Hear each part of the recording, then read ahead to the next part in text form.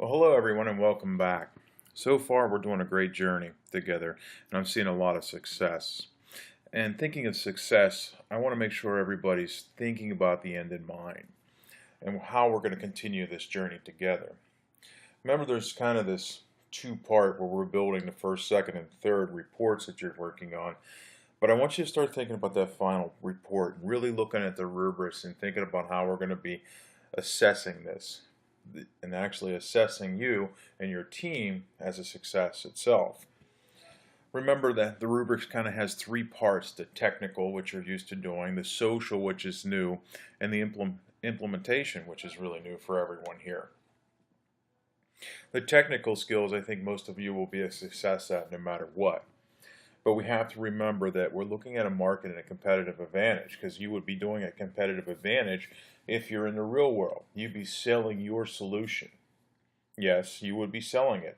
Or your marketing person would be selling your solution to the client itself. But no matter what, your solution has to be the best for the client to purchase it. So it should address clearly and identify the needs and what the target is of the customer.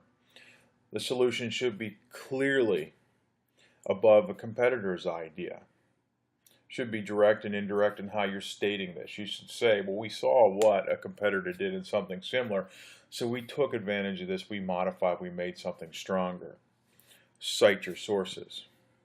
The product is really a service. It's an offering to your client.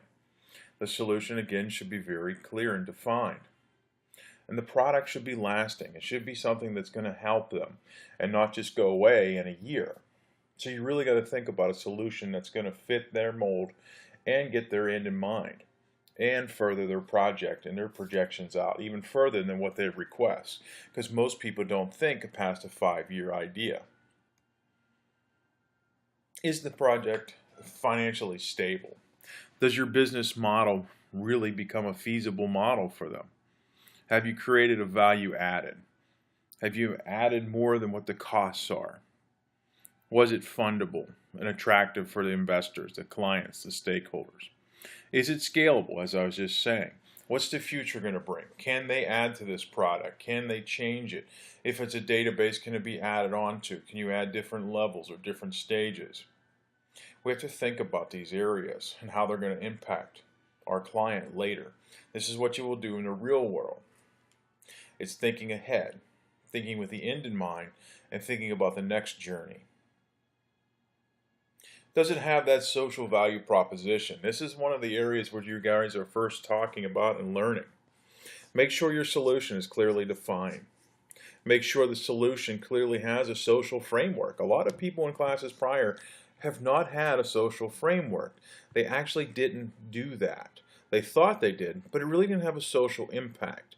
Think about the Humane Society, about how a database building and tracking and helping shelters be more productive, and how the catalog can actually tell them when they should do their marketing, when they should put out an ad, which will help market more animals and get them homes. Think about Meals on Wheels and how the fundraising aspect actually brought in more money and volunteers, changing that cultural perspective, letting the human behavior aspects be acknowledged, getting rid of negative connotations such as the reds that they did, which means danger to most older citizens. What's the social impact factor? How can you measure this? You should have a statement of how you're measuring this. It should be reasonable with the assumptions. You should have credible data to support this. Your plan should have identified operational metrics. When did you measure this? How did the social outcomes really measure up to what your assumptions thought that they were going to be? Did your plan recognize potential negative outcomes or unintended outcomes? Were there any consequences of the actions that you found during the process? These need to be shared. Or future consequences that could happen if something's not allocated differently, or growth doesn't happen, or it's not monitored. Think about these third-order consequences. They're very important to your stakeholder and you. Finally, the implementation. This is something that you guys should be pretty much in all your small projects framed to do. Didn't you define the vision and the growth objectives? Was the roadmap for implementation perfect? Tell us what happened in the bumps and how you would change it to make it better. Maybe you reflect back on your SWOT analysis. Were the partnerships all there? Did you forget someone? Did the customer actually use this? Was it strategic and advantage for them? Do you have demonstrated proof of the concept? Did the stakeholders sign off on this? Basic scenario planning to show the adaptability. How about a statement about future hurdles or challenges? What does a stakeholder need to know about this solution you created for the future? How does it work into their 5-year, 10-year plan? Also, you want to think about an element I've been talking about as a training of stakeholders. Did you come up with a documented methodology for training?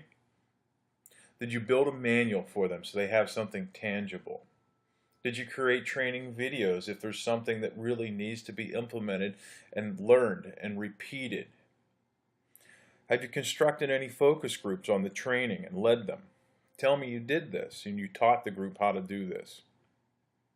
Is there any future representation that your group will need? I know that right now, 2 of the groups from the spring semester that I had before, a year prior, are still working with their groups, and they actually find it very socially engaging. They actually became volunteers with 2 different organizations that are nonprofits. They're working today as a group, as a social entrepreneurial group that's continued on. That's exciting to me. That's the ultimate reward. I'd like to see all of you become social entrepreneurs out of this class and start your own small businesses. Gang, this is a journey we're on together. Remember, it's going to be a continuing journey. That's why we're asking you to think about continuing your education and how you're planning. Where's your mentoring coming? You'll be talking about this in your portfolio assessment. You're truly going to have to look at your SWOT analysis and say, I understand that I have weak communication skills and I need to get them up to par. Maybe I take an oral communication class. Or maybe I go and join Toastmasters. Maybe I speak out. Maybe I start singing in the choir. These are all weaknesses and things that are in your SWOT analysis you'll have to assess. But nevertheless, it's all about continuing your journey after here. About how you're going to be a productive member of society, your community, and your organization. Gang, this is only the beginning of the journey. I look forward to more with you and in the future. Have a great day. Remember, get out there. It's sunny today again. Ride a bike. Walk your dog. Walk your neighbor's dog. Play some basketball. Go for a swim. Do something. Try yoga. Breathe deep. Academics and work is only one part of our life. You have to enjoy it, and everybody should have 1 hour a day for themselves. Take the next hour for yourself. Go to the library and read a book. Hey, that would work on your education plan. Take care, gang.